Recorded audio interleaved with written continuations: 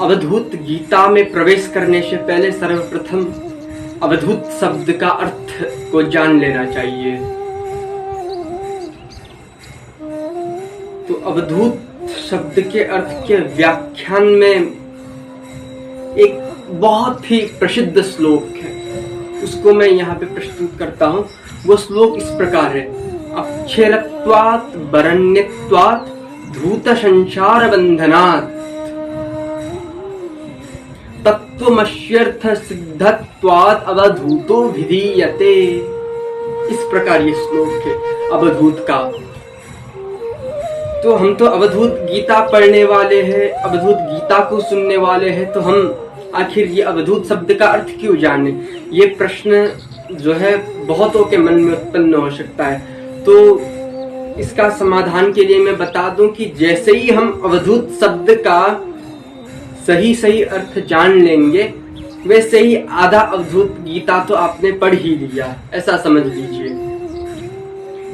अवधूत गीता आपने आधा पढ़ लिया, 50% अवधूत गीता आपको आ गया। अवधूत गीता, अवधूत शब्द का अर्थ आपने समझ लिया। तो जैसे तो अवधूत गीता अर्थात अवधूत के द्वारा गाया गया गीत, जैसे भगवत गीता भगवान के द्वारा गाया गया गीत, तो उसी तरह अवधूत गीता एक अवधूत द्वारा, एक अवधूत में क्या क्या भाव होते हैं, एक अवधूत किस प्रकार अवधूत होता है, किस किस तत्वों को उपलब्ध होने से वो अवधूत तत्वों को उपलब्ध होता है।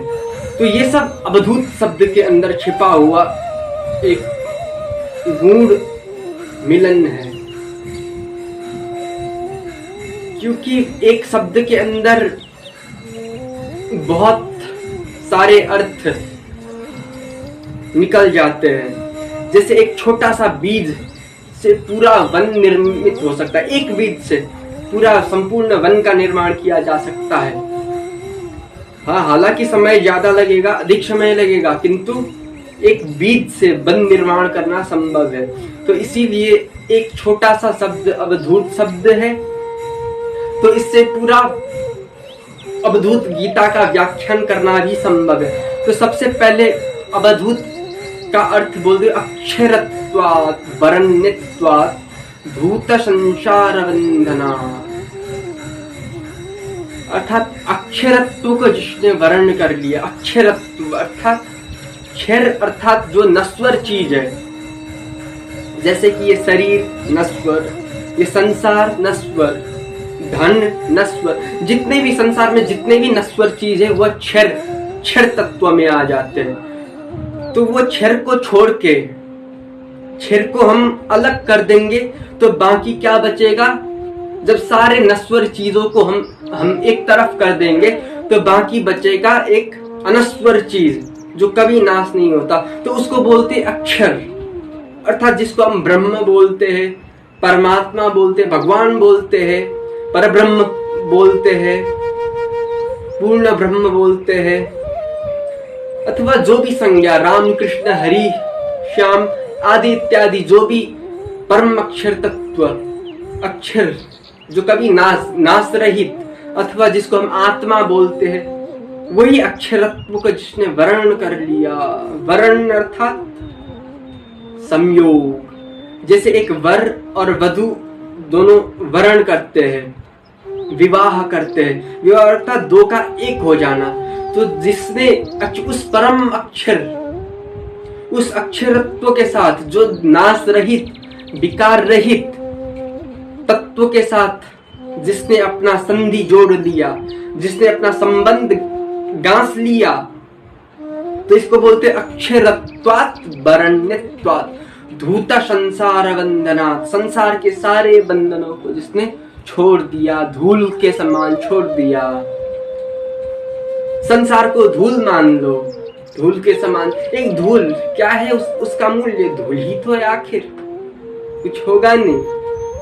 चाहे जो भी हो, पानी मिलाओगे तो कीचड़ ही बनेगा, कुछ भी डाल दो तो वो कीचड़ ही बनेगा। तो जैसे ही संसार के सारे जितने भी बंधन हैं, उन सबको उसने धूल के समान त्याग दिया। क्योंकि धूल हम अगर अपने पास रखेंगे तो वो हमें गंदा ही करेगा, वो हमें पवित्र नहीं कर सकता। जल के साथ वो संसर्ग में आ गया तो भी वो अपवित्र ही करेगा। तो इस प्रकार धूल के समान हमने छोड़ दिया, जिसका कोई मूल्य, धूल अर्थात यहाँ पे समझना चाहिए कि जिस चीज का कोई मूल्य ना हो, हमारे अंदर कोई उसके प्रति कोई विशेष रुचि ना हो, जिससे कुछ भी ना किया जा सकता। तो संसार के बंधन जो है वो ऐसे ही है जिसके साथ कुछ भी नहीं किया जा सकता। तो उस अक्षरत्व को वर्ण कर लिया जिसने, और संसार के सारे बंधनों को धूल के समान उसने त्याग लिया। तत्वमस्यर्थ सिद्धत्वात् तत्वमसि अर्थात तत्वमसि, वो तत्व, परम तत्व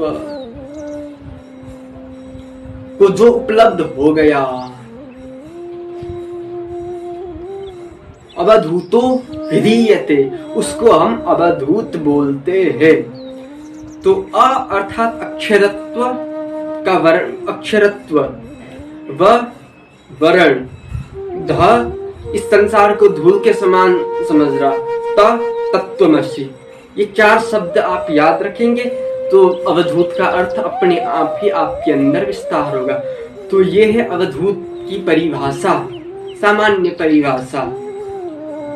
तो अवधूत गीता के बारे में मैं छोटा सा आपको कह देता हूं कि ये अवधूत गीता आखिर है क्या, ये गाया किसने। तो इसके प्रति संदेह को मिटाते हुए मैं कहूंगा कि अवधूत गीता जो है, जिन्होंने अवधूत परंपरा की शुरुआत की, भगवान दत्तात्रेय, हिंदू शास्त्रों में उन्हें ब्रह्मा, विष्णु और महेश का सम्मिलित अवतार माना जाता है, ऐसे अवधूत। तो उनके द्वारा जो गाया गया गीत है, उनके जीवन में उन्होंने जो कुछ भी अनुभव प्राप्त किया है, उन्होंने सब एक गीत के माध्यम से गा दिया। तो उसी को हम बोलते हैं अवधूत गीता। तो अवधूत गीता जो है, ये शास्त्र वर्तमान के समय में इतना प्रचलित नहीं है, तो फिर भी इसको धीरे धीरे करके हम प्रचलन में ला सकते हैं। इस सोच के साथ मैंने इस अवधूत गीता के ऊपर एक श्रृंखला बनाने की निर्णय लिया। तो इस श्रृंखला में आप सब मेरे संबंधी के रूप में आप मुझसे जुड़े रहिए, ये मेरी आप सबसे विनम्र प्रार्थना है। तो अवधूत का परिचय तो आपने पा लिया। तो अवधूत गीता जो भगवान दत्तात्रेय जी ने गा दिया, जो अवधूत है, उसी को हम बोलते अवधूत गीता। गीत अर्थात सारे गीत ही है, क्योंकि अवधूत अक्षर, अवधूत तत्व को, उस परम तत्व को पाने के बाद जो भी बोलते हैं वही गीत बन जाता है। क्योंकि हर समय तो परमानंद का क्षण है, और आनंद के क्षण में जो भी हम कह दे, जो भी हम गा दे, जो भी हम लिख दे, वही गीत बन जाता है। इसीलिए इसको नाम दिया गया अवधूत गीता। धन्यवाद।